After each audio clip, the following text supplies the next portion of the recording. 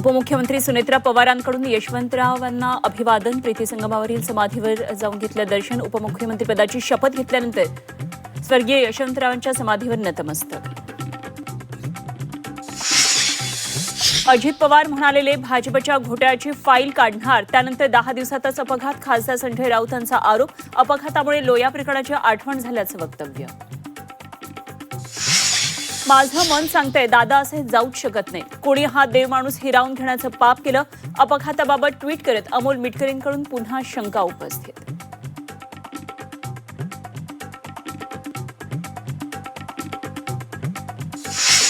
विलिनीकरणाबाबत माध्यमांशी बोलू नका. राष्ट्रवादी शरद पवार पक्षाच्या वरिष्ठांकडून नेत्यांना सूचना.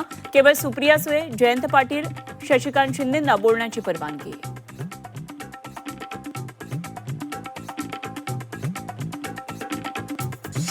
मुंबई महापालिकेसाठी महायुतीकरणात 2 गटात नोंदणी. भाजपचा स्वतंत्र गट असणार तर शिवसेना राष्ट्रवादी मिळून एका गटाची नोंदणी करणार.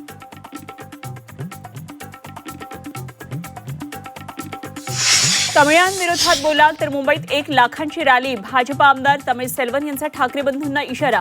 मुंबईत नवा वाद पेटण्याची शक्यता.